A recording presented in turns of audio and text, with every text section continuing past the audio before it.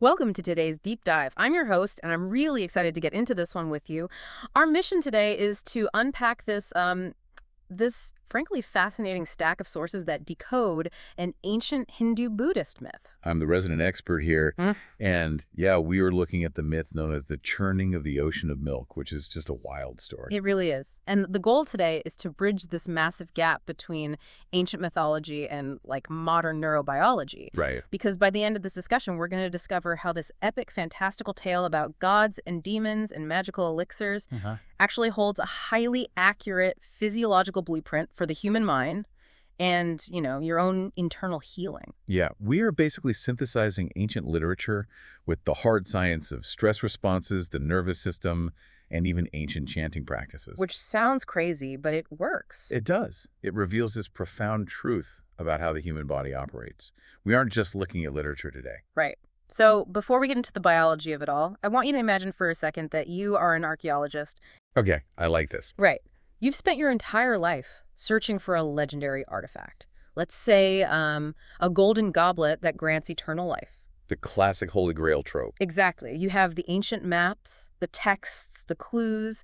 You are expecting to dig a hole in the sand and pull out a tangible physical object that you could hold in your hands. Naturally. But what if you finally decode that ancient map and you realize it's not pointing to a location in the desert at all? What if you realize the map is actually an anatomical diagram? I mean, that is the ultimate bait and switch. Right. And honestly, it is exactly the kind of realization that happens when we start looking at ancient mythological texts through this highly precise lens of modern neuroscience. Because we just assume they didn't know anything. Exactly. We assume ancient people were just telling fairy tales to pass the time, when in reality, they were often mapping out human biology, just using the vocabulary of their time. So let's set the stage with the myth itself. According to our source material, this epic story centers around a massive cosmic event. Right, the churning. Yeah.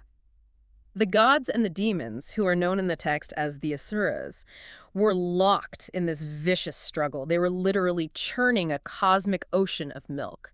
And from this churning, two very specific substances emerged. This is where it gets really specific. Yeah. The first was sura, which is liquor, and the second was Amrita, which is the legendary elixir of immortality.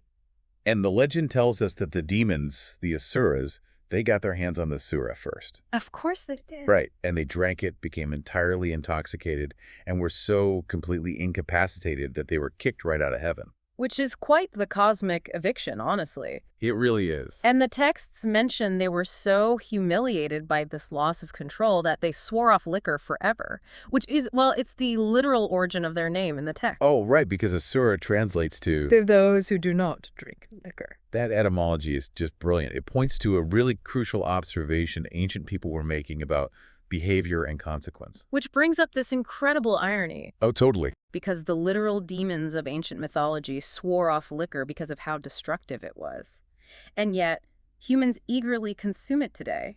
We pay a lot of money for it, actually. We really do. And on the flip side of that mythological battle, everyone, gods and demons alike, fought to the death over the other substance, the Amrita. Right. So the mystery we're unpacking today is basically twofold.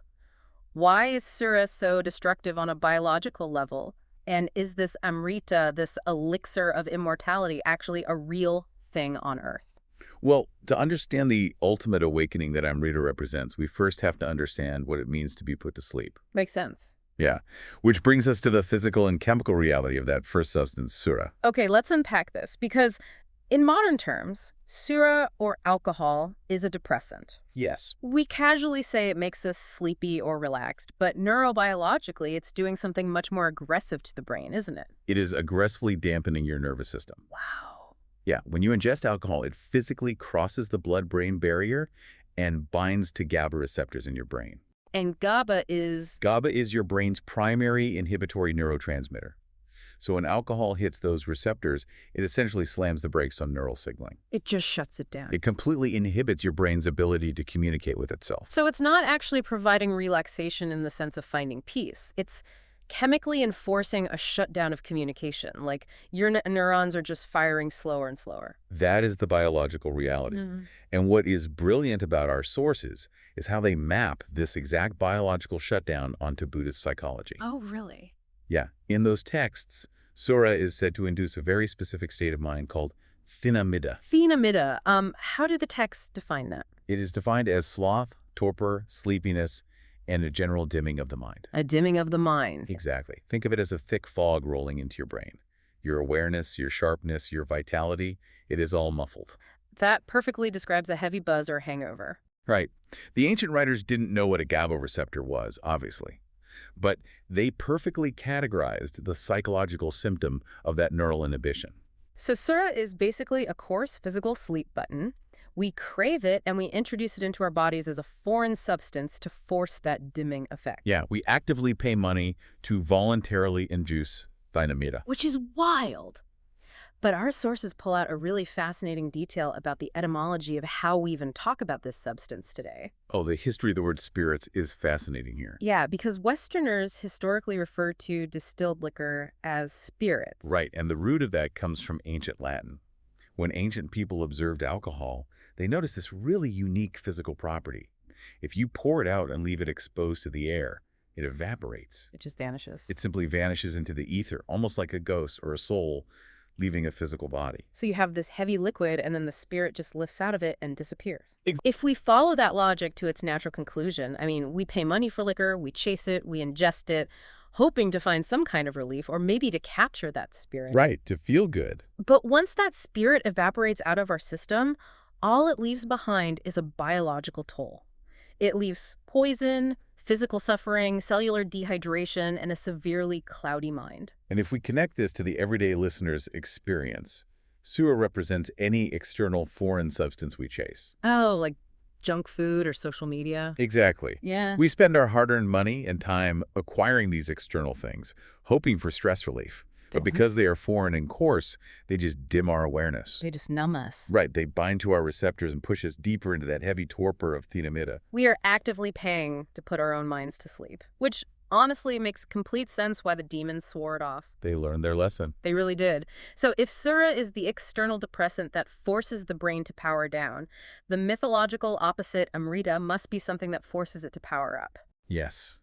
We are transitioning from the coarse liquid of Sura to the fine energy of Amrita. But what does a powered-up brain actually look like in these texts? Because we obviously aren't talking about drinking a pot of coffee. No, we definitely aren't talking about a jittery, caffeine-induced state. The opposite of thinamida is described in the text as a state of clear clarity. Clear clarity. Yeah, in the ancient terminology, this highly awakened state is known as Pīti. Piti, meaning rapture, joy, or bliss. Pīti is an intense, elevating joy.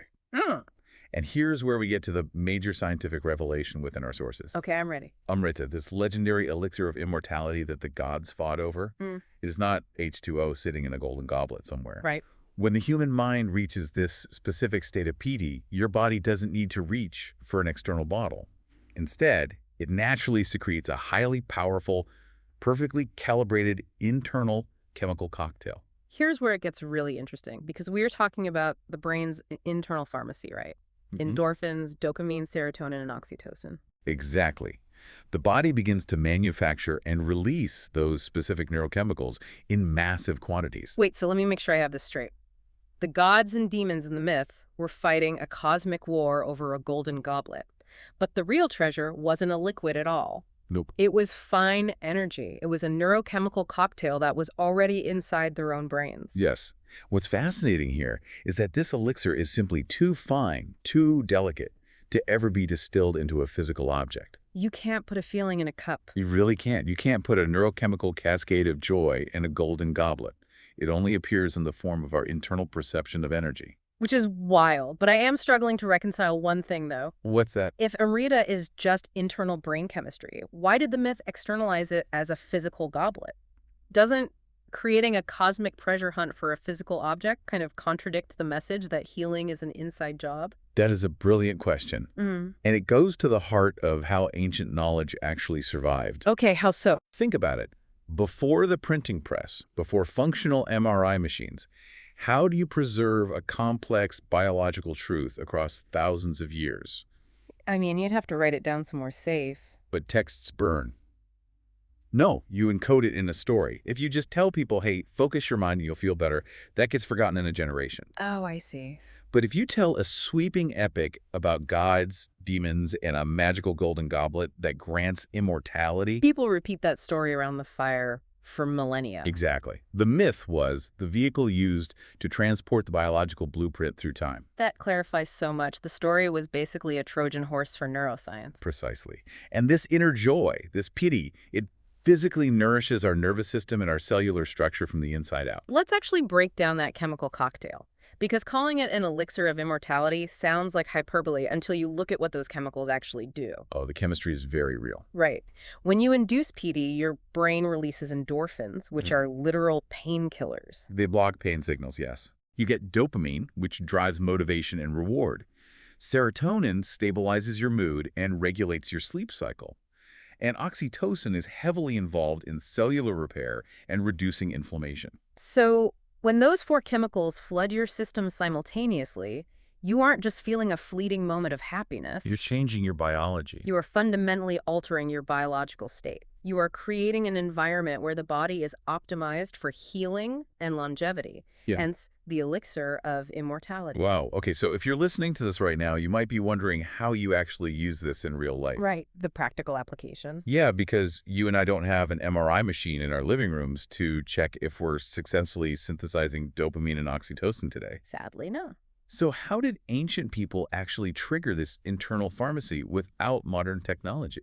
Well, they had a very specific practical medical application for this. And this takes us from the theory of the elixir to how it was physically utilized to heal the body. Okay. We have to look at the historical context of something called the Bojjhanga. The Bojjhanga, the 7 factors of awakening. Yes. In ancient Buddhist texts, there are multiple accounts where the Buddha or his key disciples would become gravely ill. Right? And the texts claim that simply by listening to the Bojjhanga chant, they would instantly recover from their severe sickness. Which, to a modern ear, sounds like absolute It nonsense. sounds like an ancient magic trick. Yeah, someone chants words at you and your disease just vanishes. It absolutely sounds like floating mysticism until you break down the biological mechanism bridging the chant and the immune system. Okay, break that down for me. A foundational component of the Bojjhanga chant is Piti Sambojjhanga, which is the awakening factor of rapture. The chant itself was an auditory tool engineered to induce that state of Piti. But how does Sambojjhanga actually alter the immune system? We have to look at the vagus nerve. The vagus nerve, right? Yeah, it's the longest cranial nerve in your body. It connects your brain to your heart, your lungs, and your digestive tract. But crucially, branches of the vagus nerve also connect to the inner ear and the vocal cords. Oh, so when ancient practitioners were chanting, or even just listening to these specific rhythmic, resonant chants, they were physically stimulating the vagus nerve through sound vibrations. Yes.